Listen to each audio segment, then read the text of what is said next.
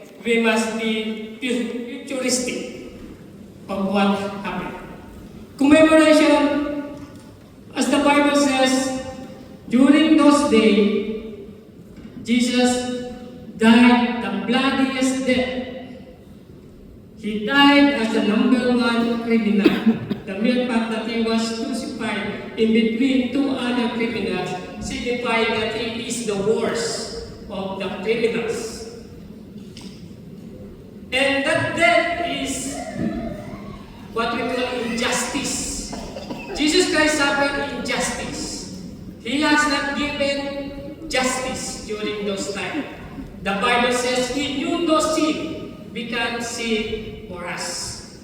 Pontius Pilate says, I cannot see any wrong on this man. It means to say, he died not as a sinner, but the Bible says, as a sacrifice. The gospel that we need to proclaim outside this building, outside our house, says that Jesus Christ died on the cross for our sins according to the Scripture. It presents that Jesus Christ did not die because he sinned. Jesus Christ died because you and me sinned against God. The bread that we partake, the juice was supposed to be the wine that we partake. It's just a commemoration of what actually happened. The body of Jesus Christ broken on the cross. Since 3 o'clock in the morning, the Bible says he was beaten, he was slapped, he was punched to the face. And when the crown of thorns was put on his head, the commentary says it's about 2 inches. It is put on the head, not just lay, but it pours to the head. So the head is swell. The blood flows from his head. From the beating, from the punch, the Bible says and Isaiah says, sa Tagalog, hindi na siya makilala kung siya ay tao. That's how badly Jesus Christ was beaten during that time. And when he was given 72 spikes, the commentary says around estimated 2 kilos of flesh took out from the back of our Lord Jesus Christ. Imagining he walked carrying the cross with an open wound, with blood flowing everywhere. Yung nakikita natin sa mga illustration, ang ganda lalaki pa ng ating Panginoon Yesu Cristo. But the Bible says, because of too much beating, hindi mo na siya makilala kung siya ay tao. That's how badly beaten our Lord Jesus Christ is. And when he says, my God, why thou hast forsaken me?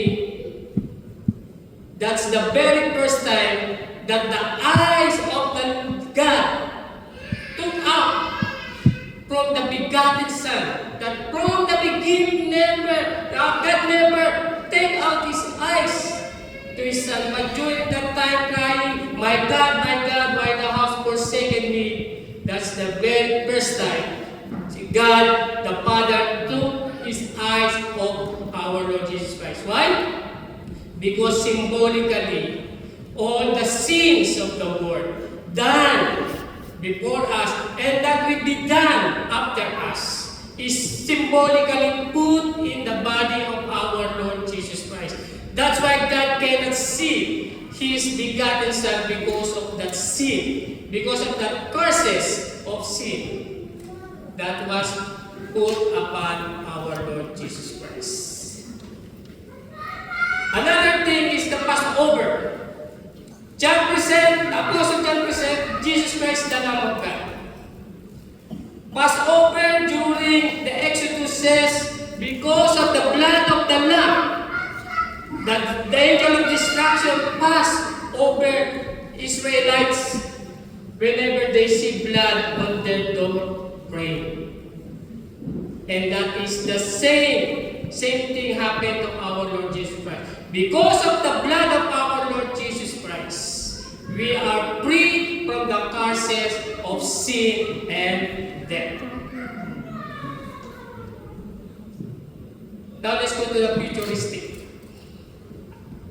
The Bible says here, we should do this commemoration until He comes. The very Friday afternoon is actually the fulfillment of many prophecies. One is Isaiah 53, and another is Daniel chapter 9, verse 24 to 27, or what we know as 70 weeks. We all know that we are in the last days. Sino po naniniwala? Yung hindi po naniniwala, mahala kayo. The Bible says, after 69 weeks, the Holy One will be cut off. And that is the very accurate prophecy that happened to our Lord Jesus Christ. On Nehemiah chapter 1 and 2, the decree of Artaxerxes to build the temple, to build the wall of Jerusalem on BC 444 BC, and after 480 years, or 69 week year, it falls exactly on that Friday afternoon, April 3, AD 33. That's why we celebrate this commemoration, or the 7 last word. And we all know that Daniel chapter 9, verse 24 to 27 is the prophecy for the last days. And therefore, during those times, the last day started. And believe me, Jesus Christ will come on the second time, not as a weak man hanging on the cross crying, "My God, why thou hast forsaken me?" or a baby boy born in the manger. But He will come the second time as a victorious King, a triumphant King, the King of Kings, the Lord of Lords, not to save us anymore, but to bestow judgment. Now we celebrate 7 last word. We commemorate the first Holy Friday. But what are we doing? Are we living the life in accordance to the life that is required of us as Christians?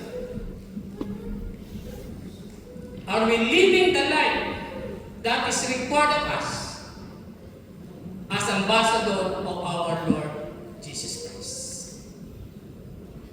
69 weeks has passed, we just only one week to go, or what we call 7 years, and that is the last week year of the prophecy, which will happen sooner. 1 Corinthians chapter 15 says, "For this is the gospel, that Christ died on the cross for our sin, that according to the Scripture, that He was buried, on the third day He rose again. The sacrifice was done on Friday, the bloodiest death ever told in history. But life should not end on Friday. It should go on Sunday, when He rises again. When God raised Jesus Christ from the dead. But I don't know anong kinalaman ng itlog doon sa nangyari ng Sunday. Sino nagse-celebrate po dito ng egg hunting? Shame on Christians who celebrate this kind of event. Because Easter Bunny doesn't have anything to do with that event. The resurrection of our Lord Jesus Christ shows that God accepts the sacrifice on the Friday afternoon. And when He raised again from the dead, therefore the Bible says, we will raise from the dead too.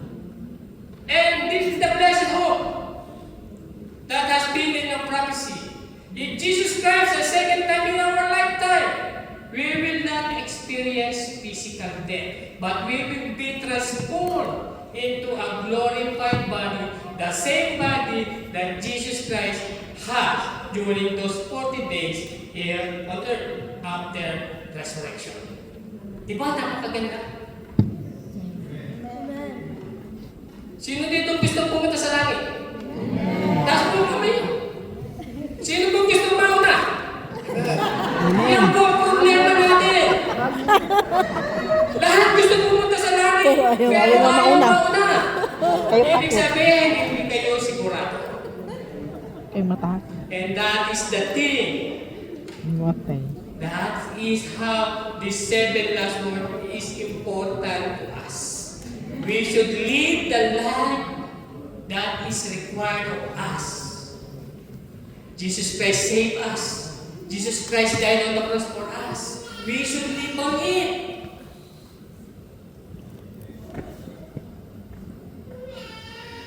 We should proclaim the gospel.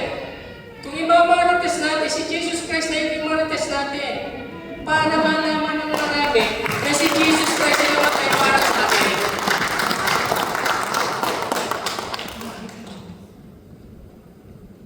All these commemoration activities, wala pong mangyayari kung patuloy tayong mamumuhay sa dati. Ang sabi po ng Biblia, if anyone is Christ, he is a new creation. Kung marites ka noon, dapat hindi ka na marites ngayon after you become born again. Sa halip na buhay na may buhay, ang buhay ni Kristo ang ating ipahayag. Iyan ang magandang pagbabago. Ha?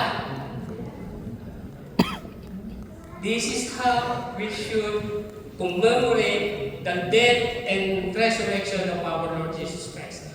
Bababaliwala ang sakripisyo ng ating Panginoon si Kristo kung tayo, ng mga Kristiyano, ay nagiging katitisuran pa ng mga dinadala natin sa church. We should live the life that is required of us as Christians. Jesus Christ died on the cross for you, for me. He take all the blame, all the curses. The reason why he said, my God, why thou hast forsaken me, is that every curses, every sin, every punishment of sin was symbolically or in a spiritual word placed in the body of our Lord Jesus Christ. That's how the agony comes in. For the very first time, the eyes of God is being taken out of our Lord Jesus Christ. Imagine, tayo dapat yung nakapako doon. Tayo dapat yung nilagyan ng krus, nagpasa ng krus. Tayo dapat yung nilagyan ng thorn, ng tinik. Tayo dapat yung natanggalan ng 2 kilong laman sa likod. At tayo dapat yung binugbog, tayo dapat yung nilatigo, tayo dapat yung punong-puno ng dugo ang katawan. But the Bible says, Jesus took it all for us. Na dapat ipamuhay natin, sapagkat maraming nakapaligid sa atin. Even our loved ones, marami pang kailangan maligtas. We should proclaim this until the Lord comes. Malapit na. Kaya dapat pinoproclaim natin ang ating Panginoon Yesu Kristo, ang kaligtasan na dinala ng ating Panginoon Yesu Kristo. Tayo po lahat ay tumayo.